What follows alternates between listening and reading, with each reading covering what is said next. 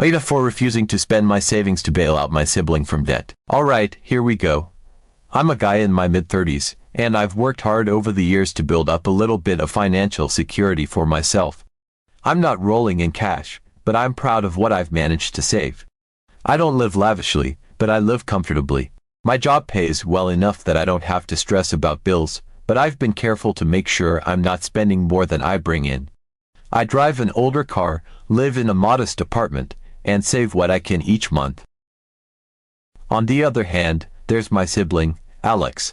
Alex and I grew up in the same house, same parents, but somewhere along the way, we took very different approaches to money. Where I've always been more frugal, Alex has always been a bit of a live for today kind of person. Over the years, I watched as they got a brand new car financed, of course, with a hefty monthly payment, went on fancy vacations they couldn't really afford, and picked up the latest tech gadgets every time a new one came out. I used to make a comment here or there, lightly suggesting that maybe they should start putting a little away for emergencies, but Alex always brushed it off. I'll worry about it later, they'd say, or I deserve to treat myself once in a while. Honestly, I stopped saying anything eventually, because it was clear they didn't want to hear it. Fast forward a few years, and I get a message from Alex out of the blue. I'm immediately hit with a sense of dread. It's not just a "hey, what's up" kind of message. It's this huge paragraph about how they're in trouble and need my help. They go on about how their finances have completely spiraled out of control and they're buried in debt. Apparently, over the past few years, they've been relying on credit cards and loans to maintain their lifestyle. What started as a few emergency purchases, and I'm skeptical about the term emergency here, snowballed into tens of thousands in debt. Now, creditors are breathing down their neck, sending letters, calling nonstop. They're in full-blown panic mode and, apparently, I'm their only hope. Now, here's the kicker. Alex wasn't asking for a small loan to help with a few bills. No, they were asking me to clear out nearly all of my savings to pay off their debt entirely. They made it sound like this was the only way they could start fresh and that anything less would leave them struggling for years. When I read that, my heart dropped. I could barely believe it. This wasn't just a few $100 to help them through a rough patch. They wanted me to basically drain the safety net I'd spent years building up. Also, they could wipe the slate clean from their own mistakes. I tried to be empathetic. I didn't immediately shoot them down, even though my gut reaction was pure disbelief. Instead, I suggested some other options, hoping to point them in a direction that didn't involve me losing everything I'd worked for. I mentioned things like debt consolidation, maybe talking to a financial advisor, or even setting up a payment plan with their creditors. I even offered to sit down with them and go over their finances, helping them create a budget so they could start tackling this on their own. But they shot down every idea I had, saying it would take too long or that it wouldn't be enough. They were adamant that I was their only real option. And then the guilt tripping started. Alex told me that families should help each other out, and they claimed that if the roles were reversed, they'd do the same for me without a second thought. They said I was being selfish and greedy for not wanting to help them get out of this mess. At this point, I was getting pretty frustrated. Here I was, trying to offer practical, realistic solutions, and they were making me out to be some kind of villain because I didn't want to just hand over my entire savings. I thought it would end there, but it didn't. Somehow, Alex managed to get our parents involved. My phone started ringing off the hook with calls from my mom and dad. Both of them telling me that family is more important than money and that I should do this because I'm the responsible one.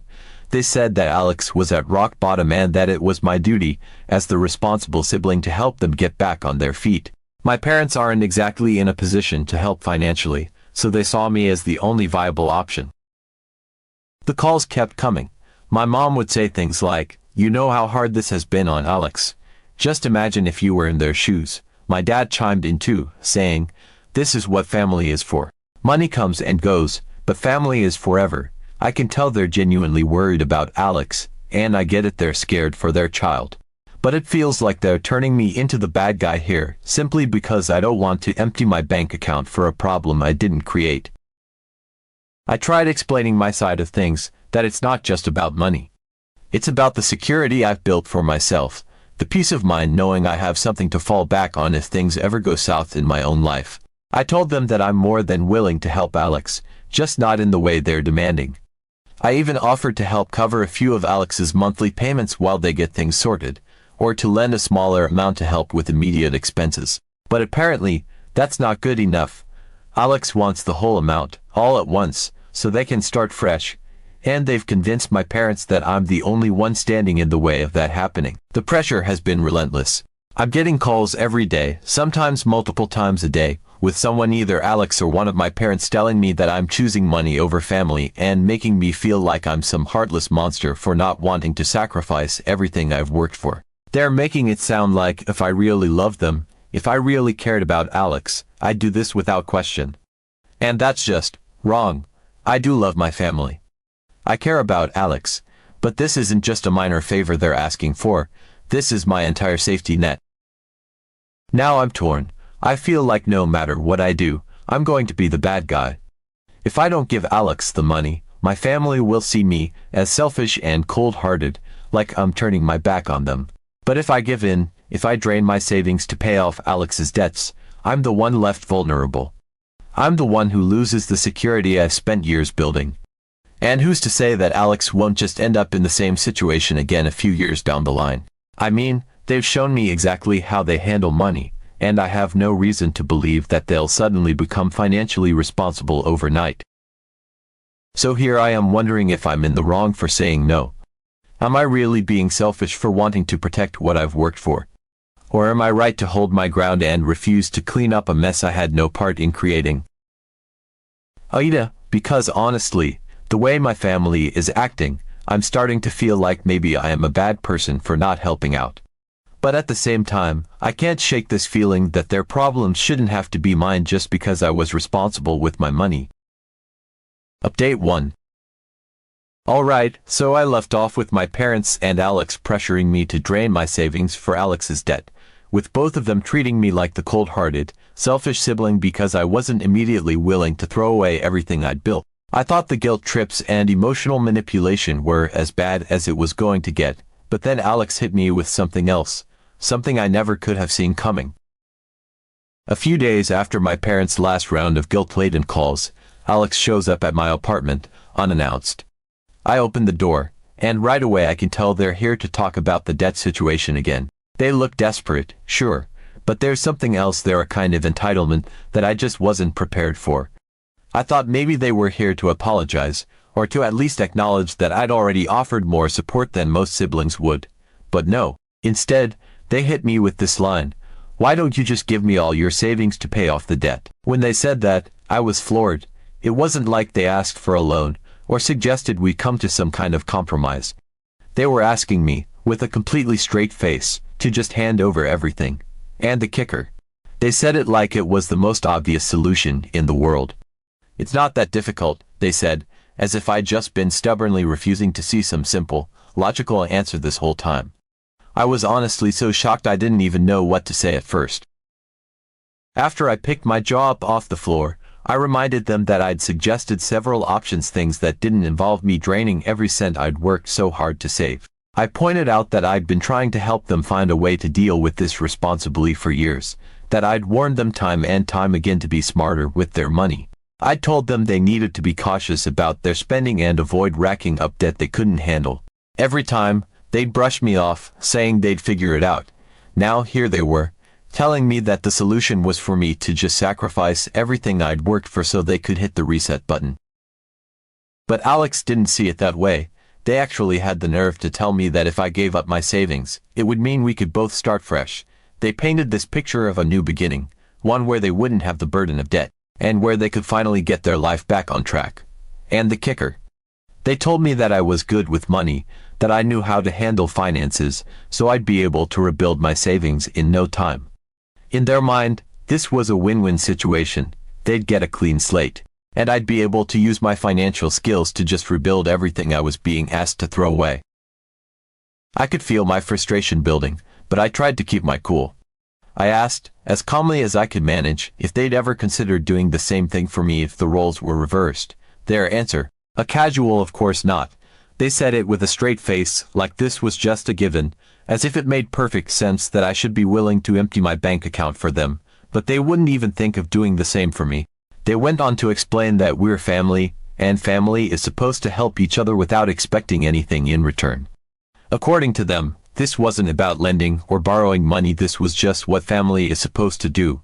The irony was unreal. I mean, here they were, using the family card to try and manipulate me into a massive financial sacrifice they wouldn't even consider making if the tables were turned. I tried to reason with them, to make them understand that this wasn't just a matter of writing a check and moving on. This was my entire safety net, my hard-earned security. But Alex was already a few steps ahead with their next solution. They suggested that I could take out a loan in my name to cover their debts. Yes, you read that right, they wanted me to borrow money, to take on debt in my name, and then cover the payments myself so that they could be free and clear. At that point, I was beyond stunned. I was actually speechless. Here was my sibling, already asking me to give up everything I'd saved, and now suggesting I should take on new debt in my own name, debt that I'd be on the hook to pay back, just to dig them out of the hole they dug for themselves. It was like they genuinely couldn't comprehend the absurdity of what they were asking. They just kept talking about how this would let them start over and that I'd be able to handle the debt because I was so responsible. I couldn't believe it. It was like all those years of me trying to be there for them, trying to offer advice, trying to set a good example they'd gone completely ignored. I had warned them, repeatedly, that they were playing with fire by piling up debt like this, but it was like they'd never taken a single word of it seriously. And now, their solution was to dump their mess on me and walk away scot-free, leaving me to deal with the consequences. The more I thought about it, the angrier I got. I realized that this wasn't just about money. This was about respect, or the total lack of it, in this case. Alex didn't respect my hard work, my sacrifices, or the careful decisions I'd made to build up my savings. They saw my financial stability as something they were entitled to, something they could just take for themselves without a second thought. They didn't see me as a person with my own goals, my own needs, my own fears. I was just a bank account to them, a safety net they felt entitled to use. I finally told them, flat out, that there was no way I was going to give them my savings or take out a loan for them. I reminded them, probably for the 100th time, that I'd offered to help in other ways. But I also made it clear that I wasn't going to sacrifice my financial future for a situation that was entirely of their own making. I told them I loved them, that I wanted them to be okay, but that they needed to take responsibility for their own life and their own choices. That was the last straw. Alex stormed out, saying they couldn't believe how selfish I was, how I was putting money before family. They told me I'd regret this, that someday I'd understand how cruel I was being. And they left, slamming the door behind them, leaving me standing there, still in shock from everything that had just gone down. Since then, the calls from my parents have only gotten worse. They keep telling me how disappointed they are, how Alex is struggling, how I'm the only one who can help. But I've held firm. I'm not going to ruin my own financial stability because my sibling can't face the consequences of their own actions. And yeah, maybe that makes me the bad guy in their eyes, but I can't help feeling like this is a line I need to draw for my own sanity and my own sense of self-respect. So, I guess that's where I am now. I'm the selfish sibling, the cold-hearted one who won't bankrupt himself to fix a problem he didn't create. But honestly, if that's what it means to stand up for myself, to protect what I've worked for, then so be it. I'll take the title. Update 2. Not long after that explosive confrontation with Alex, the weight of the situation began to settle in, though it didn't fully dissipate. I thought about my sibling more often than I wanted to admit, wondering how they were coping. I felt bad for them, really, but the whole thing had been exhausting, emotionally draining. My parents continued to pressure me, trying to convince me that I was being unreasonable and that I should just help Alex out. They insisted that family comes first, that I could help Alex get back on his feet, and that I was being cruel for not supporting my own blood. Each call was like another brick added to my mental load. Then, a few weeks later, I remembered it was Alex's birthday. I hesitated before I picked up the phone to call. I wanted to reach out and acknowledge the day, if only to show that despite everything, I still cared. I wanted to believe that some semblance of family remained between us, even after the chaos of the past few weeks. So I dialed the number and waited as the phone rang, half expecting that Alex might not even answer. When they finally picked up, the tone was flat. I could hear a mix of surprise and indifference in their voice. I went through the motions, wishing them a happy birthday, reminding them that they deserved a special day despite everything going on in their life. I could almost feel the awkwardness radiating through the phone line. There was a moment of silence before Alex replied. Then came the question that caught me off guard, "Is that all?" I paused, trying to wrap my head around what they meant. I felt a little unease creeping in. I asked for clarification, wanting to understand why it felt like there was an expectation hanging in the air. Alex's response was as bold as it was shocking. They asked if I didn't want to correct my mistake by giving them my savings as a birthday present. At that moment, I felt a rush of disbelief wash over me. I was astonished. I had just wished them well and thought that was a simple, kind gesture, yet here they were, circling back to the very issue that had caused our earlier confrontation. I insisted again that I hadn't made any mistakes and I had no intention of giving my savings to them. I could feel the tension creeping back into my shoulders, a familiar tightness that had become all too common lately. Alex didn't respond, just hung up without so much as another word. I felt a knot form in my stomach.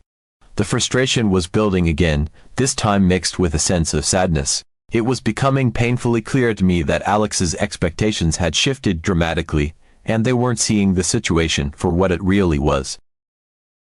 In the days that followed, I kept expecting a follow-up call or message from Alex, maybe a moment of clarity, some realization that they needed to face their reality. But that call never came. Instead, I got a strange sense of quiet. I was left wondering if perhaps Alex was really taking time to figure things out on their own. Then, about a week after their birthday, I got a surprising update through one of our mutual friends. Apparently, Alex had finally taken some steps toward addressing their financial mess. They reached out to a financial expert, someone who specialized in debt management. I felt a mix of relief and disbelief. It was almost as if the news had reached me too late after the damage had been done in our relationship. As the details unfolded, I learned that Alex was actually working with this expert to develop a strategy to pay off their debts. They were taking the steps I had tried to guide them toward all along. They were looking at consolidating loans, negotiating with creditors, and creating a budget that could help them stabilize their finances. I was impressed and felt a flicker of hope. Maybe this was the turning point Alex needed. However, the path wasn't without its hurdles. I found out that Alex had to sell several expensive items to make this work. It was a significant sacrifice, things they'd once considered essential to their lifestyle or status. Part of me wanted to reach out again, to offer my support in whatever way I could. After all, it was good to hear they were finally taking responsibility, and I could see that they were learning the hard way about the consequences of their financial choices. But then I remembered the conversation we had before. I couldn't shake the feeling that even now, Alex expected me to be involved in some way to carry some of that burden. I heard about how they initially resisted selling some of their nicer belongings because they wanted me to be the one to make everything okay. They seemed to think that since I was the responsible one, I should be helping them, even if that meant more financial sacrifice on my part. All of this was happening while my parents continued to wade in with their thoughts. They felt Alex's struggles were evidence that I should have just given my savings to help them avoid this situation altogether. They reiterated their belief that families should help each other without question. My parents had taken to framing it like I was a disappointment, that I was somehow failing Alex by not being the safety net they wanted me to be.